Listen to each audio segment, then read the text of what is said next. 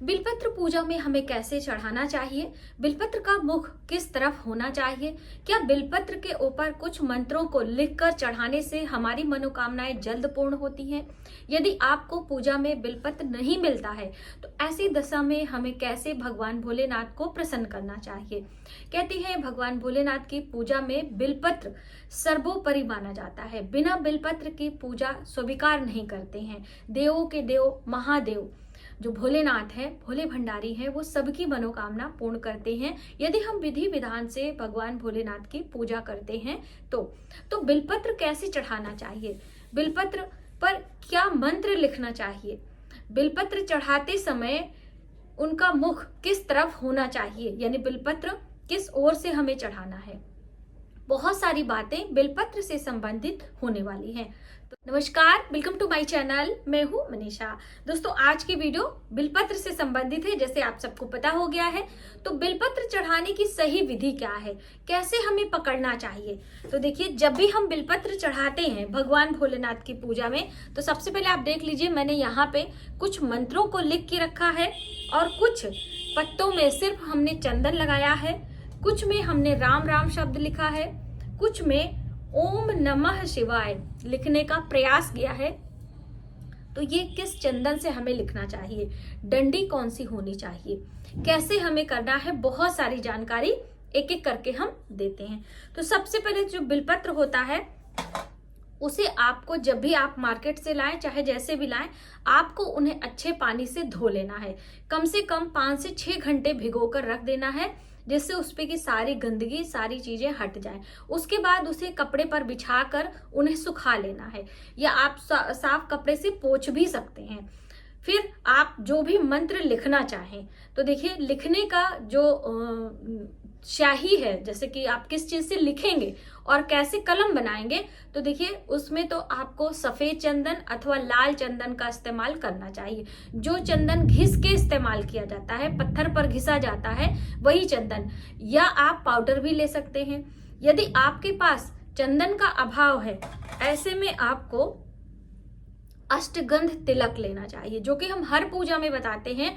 अष्टगंध तिलक भगवान भोलेनाथ की पूजा में अष्टगंध बहुत ही जरूरी होता है और आपको रखना भी चाहिए, क्योंकि ज्यादातर लोगों के पास नहीं होता है।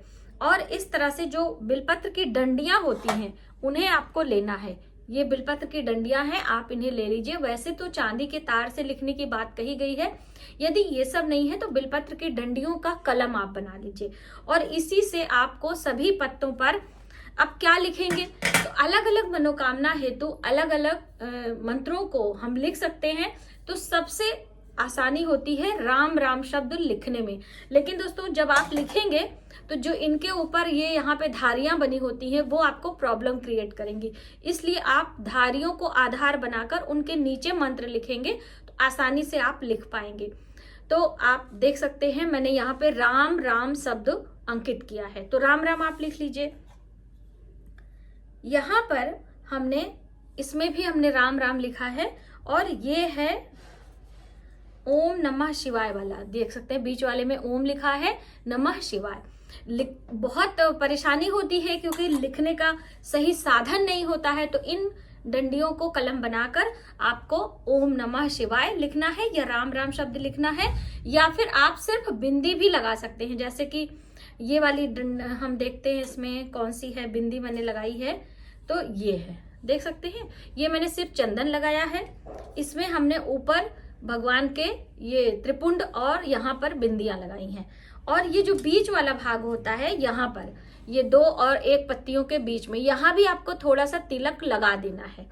तो ये तो आपने समझा कि कैसे हमें इसके ऊपर मंत्रों को लिखना है और चंदन टीका लगाकर रेडी कर लेना, और इन्हें आप सुखा लीजिए। ऐसा नहीं है कि जब आप पूजा करें तभी, ये पूजा के 4-6 घंटे पहले भी आप लिख सकते हैं, 1 दिन पहले भी लिख सकते हैं, और लिखकर इन्हें अच्छे से सुखा लीजिए।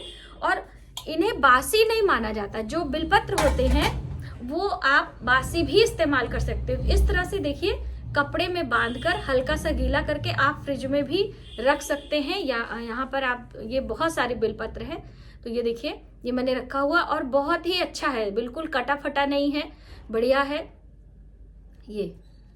ठीक है, तो ये बिलपत्र आपको ले लेना है और इस तरह से डंडियों को तोड़ना है। अब देखिए डंडी तोड़ने का क्या है, तो मैं आपको बता दूं कि जो यहाँ पे गांठें लगी होती हैं, ये बहुत सारे लोग ऐसे ही चढ़ा देते हैं, तो इस तरह से डायरेक्टली आपको नहीं चढ़ाना है। बिलपत्र चढ़ाने से पहले ये इतना सा यहाँ पे लास्ट में बिल्कुल आपको क्लोज करके दिखाएंगे, ये गांठें होती हैं, तो ये भगवान शिव के ऊपर वज्र के समान माना जाता है। इन गांठों को आपको तोड़ना है। तोड़ने के लिए बिल्कुल आपको ये आसानी से टूट जाती है, आपको कोई कैंची चाकू लगाने की आवश्यकता नहीं है, सिर्फ हाथों से तोड़कर इन्हें छोटा कर लेंगे। इतनी बड़ी डंडी हमने निकाली है, ये देखिए। तो ये सारी डंडियों को तोड़कर आपको अलग कर लेना। जो मैंने यहाँ पे लिखा हुआ है ना, सारी डंडियों को तोड़कर हमने रखा हुआ है। अब आप सोच रहे होंगे कि हम क्या बिना लिखे नहीं चढ़ा सकते हैं, तो बिल्कुल आप चढ़ा सकते हैं। ये बिलपत्र आप लीजिए, और जो ये चिकना वाला भाग है, चिकना वाला भाग है, इसे नीचे करना है। जैसे कि भगवान भोलेनाथ के शिवलिंग पर हमें अर्पित करना है, चिकना वाला भाग नीचे, और इस तरह से आपको ये बिलपत्र चढ़ा देना है। तो अब ये जो इस तरह से, अब ये जो कॉर्नर वाला भाग है, ये शिवलिंग के ऊपर रहेगा और ये दोनों अलग रहेंगे।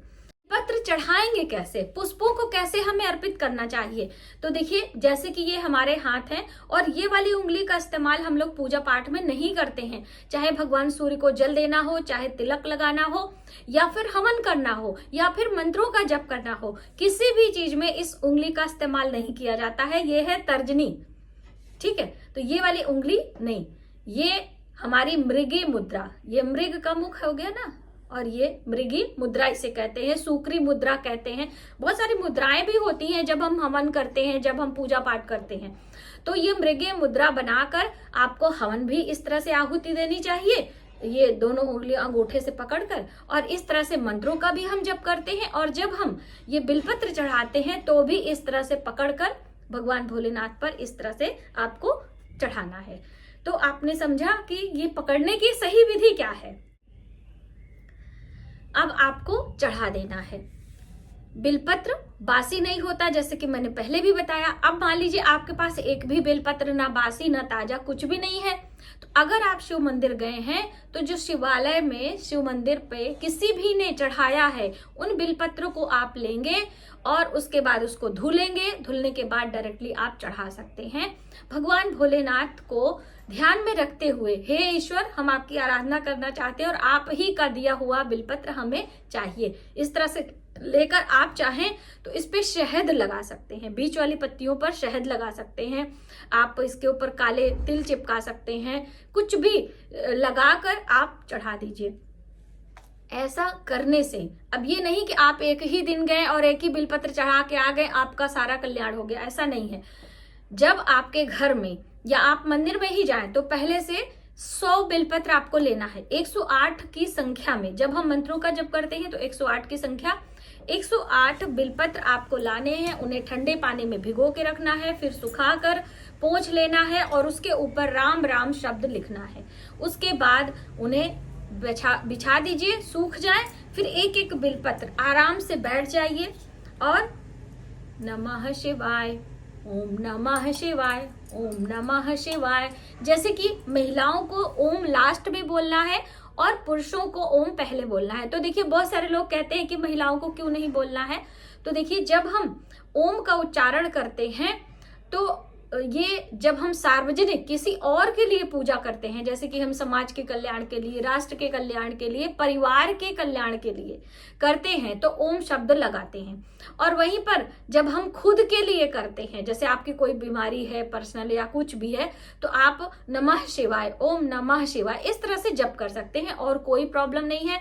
अक्सर महिलाएं अपने लिए तो कुछ करती ही नहीं है, बच्चों के लिए, परिवार के लिए, अपने पति के लिए, तो इसके लिए आप कर रहे हैं तो ओम शब्द लगा सकते हैं। ये आपका क्लियर हो गया। अब सारे बिलपत्र को आपको एक एक करके भगवान भोलेनाथ पर अर्पित करना है और उसके बाद जब अर्पित हो जाएगा तब आपको प्रणाम करना है। फिर भोग मिष्ठान लगाकर, धूप दीप दिखाकर आप आरती करें और भगवान भोलेनाथ की परिक्रमा करें। तो बहुत सारे लोगों ने पूछा था कि भोलेनाथ की परिक्रमा आधी कैसे करते हैं।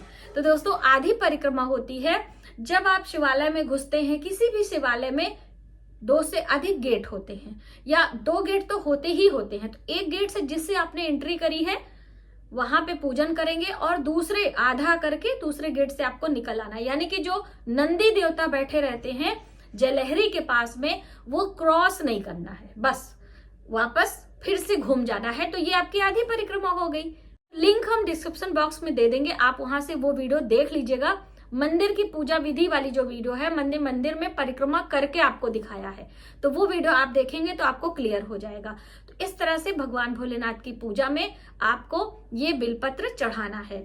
बिलपत्र आप जब भी मंदिर से उठाकर चढ़ाएं तो कुछ दक्षिणा जरूर चढ़ा दे। वैसे भी दक्षिणा चढ़ाई जाती है, लेकिन आपको मंदिर में दक्षिणा जरूर चढ़ानी है, क्योंकि आपने मंदिर का ही सामान इस्तेमाल किया है। पूजा में आप जब भी घर से जाएं तो अपने घर से जल लेकर जाएं, अपने घर से कुछ चीजें अवश्य लेकर जाएं, जैसे कि ये बिलपत्र, फूलों की थाली, चंदन, ये सब आप अपने घर से लेकर जाएं। मंदिर में आप प्रसाद खरीद लें और भगवान भोलेनाथ को अर्पित करने के लिए और भी जो पुष्प मालाएं अगर आपके पास नहीं है तो आप मंदिर से खरीद सकते हैं। जब भी हम मंदिर जाते हैं तो वहां के प्रांगण में थोड़ी देर हमें समय बिताना चाहिए, क्योंकि जिस भी देवी देवता के निमित्त आप पूजन करने गए हैं वहां पर उनका ऑरा, उनकी ऊर्जा हमें लेने के लिए कुछ देर वहां पर ठहरना चाहिए।